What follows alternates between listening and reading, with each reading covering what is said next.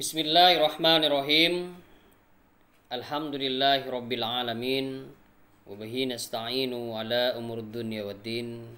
Wassalatu wassalamu ala asrofil anbiya'i wal mursalin Sayyidina Muhammad wa ala alihi wa sahbihi ajma'in.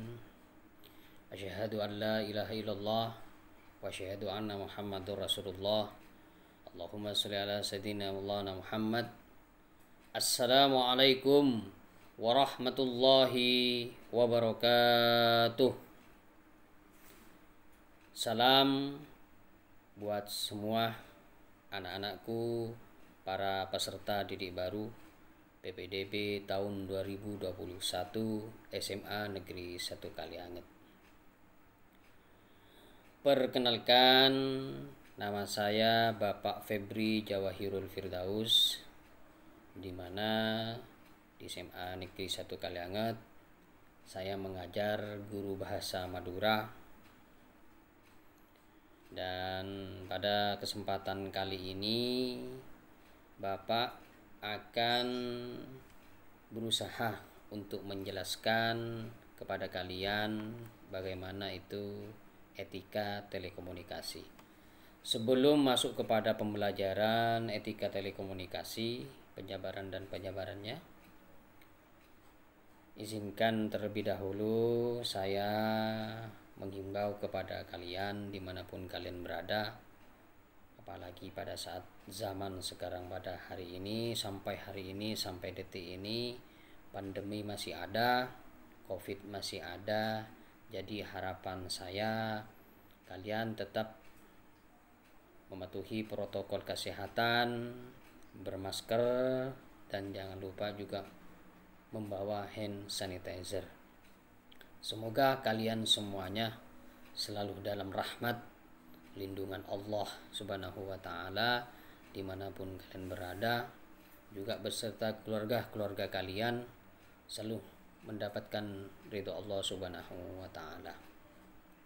Nah, di pembahasan kali ini Bapak Febri akan menjelaskan etika telekomunikasi. Namun sebelum masuk kepada etika telekomunikasi, saya akan memaparkan apa etika itu. Jadi saya akan memaparkan etika, pengertian etika terlebih dahulu. Etika merupakan panduan atau pedoman perilaku norma-norma. Jadi merupakan perilaku norma-norma.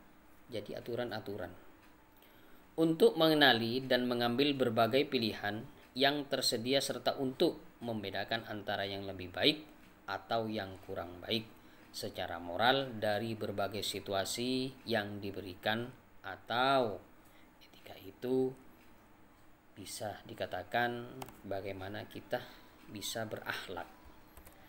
Dan apa telekomunikasi?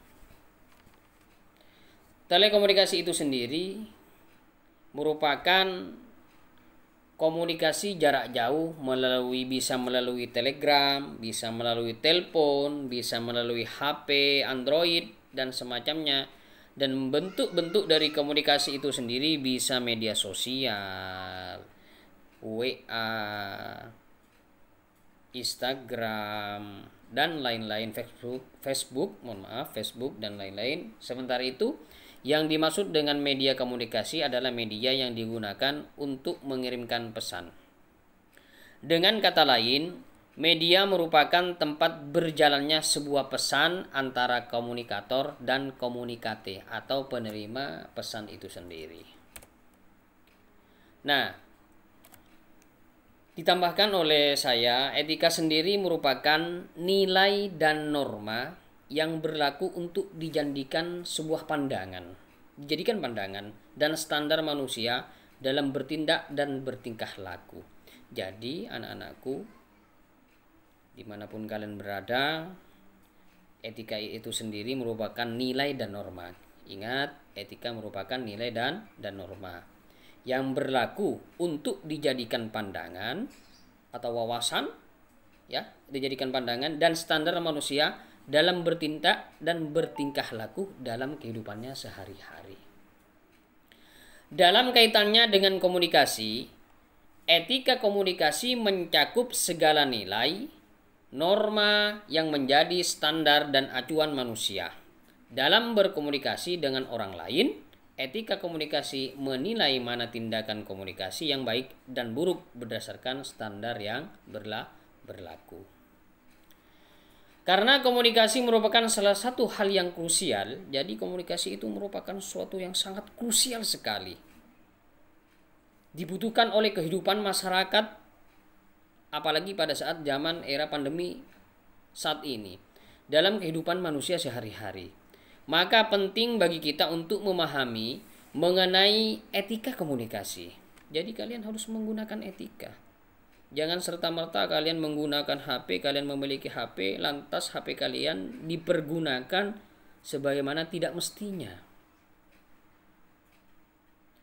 Tanpa adanya etika komunikasi dapat terjadi hal-hal yang tidak diinginkan seperti kesalahpahaman. Tentunya ketika HP yang kalian pegang digunakan secara tidak benar, maka akan menyebabkan kesalahpahaman terhadap orang lain.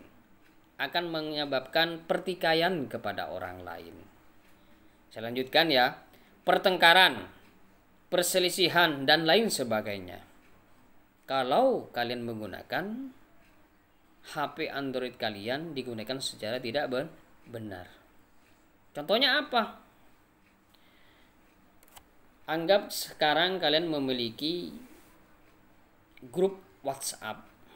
Di grup WhatsApp tersebut terkadang seumpamanya ketika kita tidak bisa menjaga etika kita, maka di grup tersebut terkadang kita mengirimkan stiker yang kurang pantas, atau kita berkomentar yang kurang pantas, atau kita mengetik yang kurang-kurang pantas lah, akhirnya menjadikan sebuah pertengkaran, perselisihan, dan semacamnya. Jadi etika komunikasi yang tidak diketahui dan diterapkan akan menyebabkan hubungan kita dengan orang lain jadi buruk. Jadi anak-anak atau murid-muridku semuanya, kalau etika komunikasi itu diterapkan secara tidak baik, maka menyebabkan hubungan kita dengan orang lain menjadi buruk. Tentunya itu akan berakibat tidak baik, karena bagaimanapun juga kita adalah makhluk sosial yang selalu membutuhkan dan dibutuhkan orang lain, maka kita harus menjaga ukhuwah Islamiyah dalam berkomunikasi. Kita harus menggunakan HP Android kita dengan secara baik dan sebaik-baiknya. Selanjutnya, etika dalam komunikasi ada beragam dan tentunya tidak akan cukup jika dibahas semua di sini. Kita akan membahas beberapa etika komunikasi yang sering kita lakukan dan temui dalam kehidupan kita sehari-hari.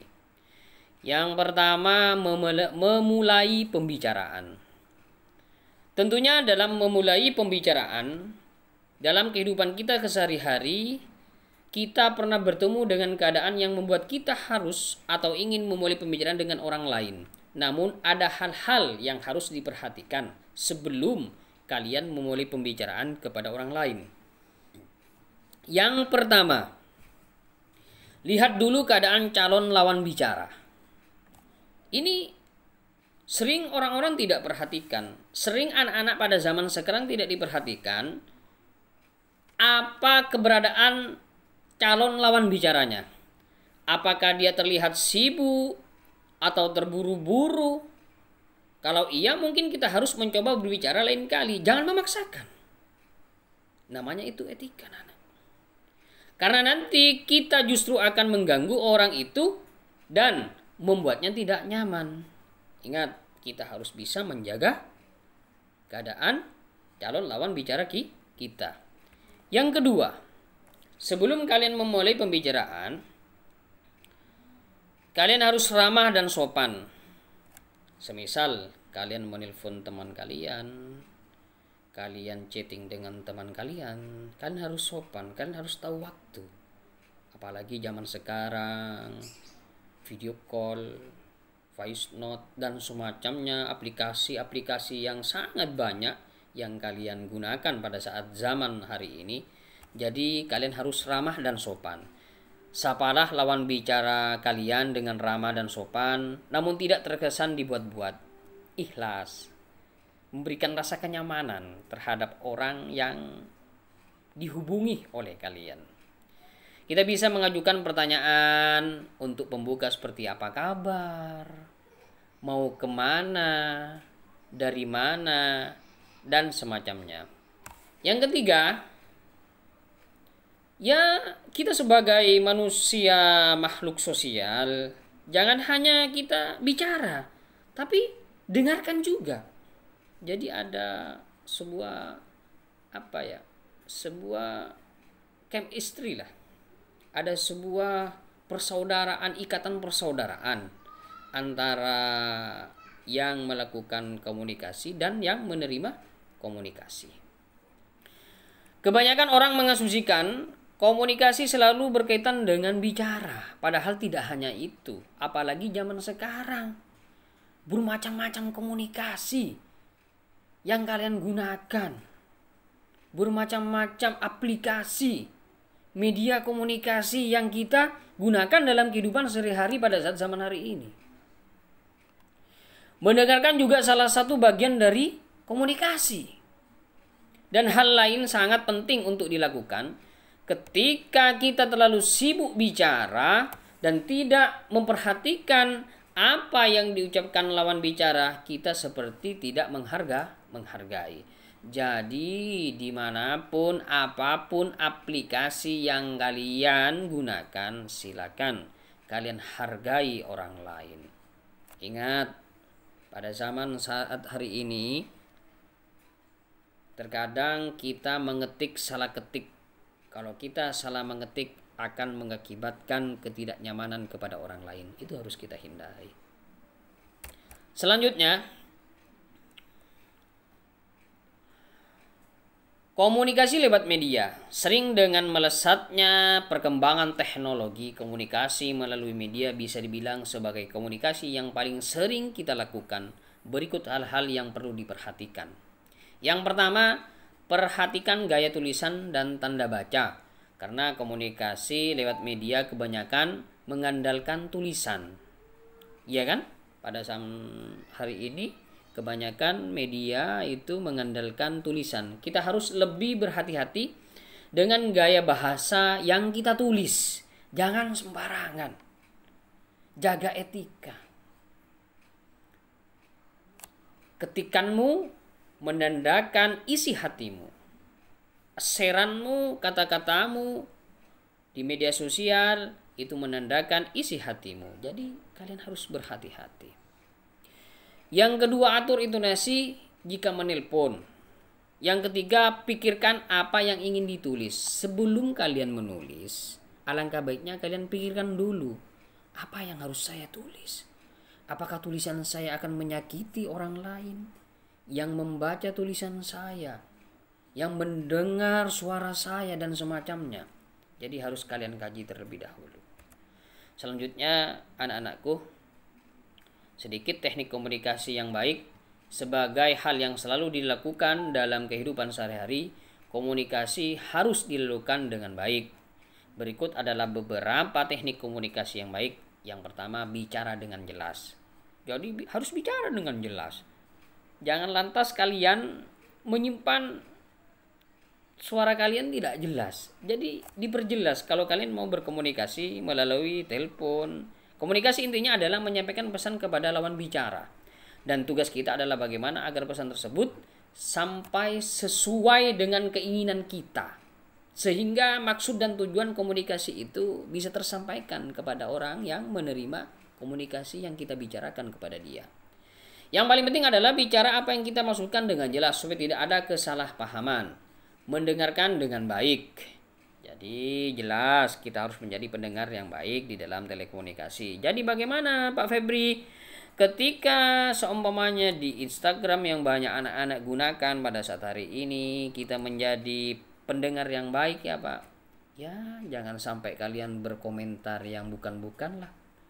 dan jangan sampai kalian memposting yang bukan-bukan dan semacamnya. Karena apa? Kalian adalah berpendidikan, kalian adalah anak-anak yang baik, jadi kalian harus menjadi orang baik.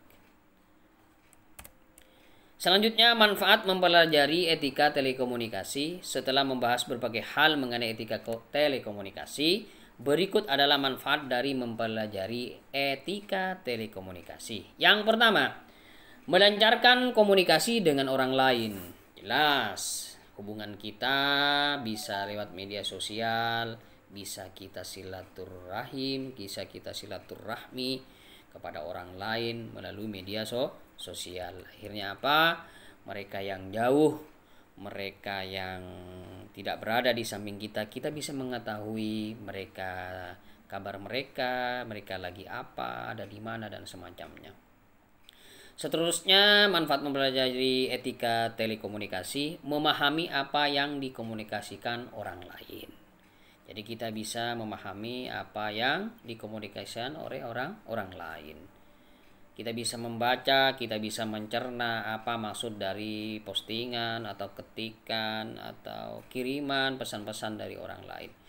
Selanjutnya, diterima dalam sosial masyarakat karena mengikuti etika yang berlaku. Nah, jadi ini penting. Ketika kalian sudah berhasil mempelajari etika telekomunikasi, sopan, santun, ramah, murah senyum, tidak menjengkelkan, selalu berbuat baik kepada orang, akhirnya kalian bisa diterima dalam sosial bermasyarakat karena kalian itu sudah mengikuti aturan-aturan etika telekomunikasi yang berlaku sehingga bisa diterima oleh masyarakat. Selanjutnya, memperkuat hubungan yang terjalin dengan orang lain. Tentu tidak memutus tali silaturahmi. Selanjutnya, pesan yang disampaikan dapat diterima dengan lebih baik. Yang berikutnya, dihargai orang lain karena kita menghargai mereka juga. Jadi sebelum kalian itu mau dihargai oleh orang lain, kalian harus menghargai oleh orang lain terlebih dahulu. Yang terakhir, tidak bertindak sembarangan dan seenaknya dalam berkomunikasi. Itu manfaat mempelajari etika telekomunikasi. Jadi, apa kesimpulannya anak-anakku? Pergunakan media dengan bijak, pelajari etika telekomunikasi dengan baik. Jangan sampai kalian menggunakan media dengan cara yang tidak-tidak, karena kalian adalah generasi penerus bangsa dan kalian merupakan tonggak bangsa. Karena kenapa? Ketika kalian sudah memahami etika telekomunikasi yang baik, maka kalian akan dinilai baik oleh orang-orang di sekeliling kita terutama, dan akan dinilai baik oleh orang-orang lain. Terima kasih, semoga bermanfaat walau sedikit ini. Semoga kalian selalu dalam lindungan Allah Subhanahu wa taala. Oh ya, ini ada tugas buat kalian sedikit. Jadi tugas kalian silakan rangkum isi dari materi etika telekomunikasi yang Pak Febri jabarkan ini dan berikan contoh bagaimana penggunaan etika telekomunikasi pada saat pandemi Covid saat sekarang. Terima kasih, semoga kita selalu dalam lindungan Allah Subhanahu wa taala. Semoga kalian selalu sehat selalu dan keluarga kalian sehat selalu. Allahul muwaffiq ila aqwamit thoriq. Assalamualaikum warahmatullahi wabarakatuh.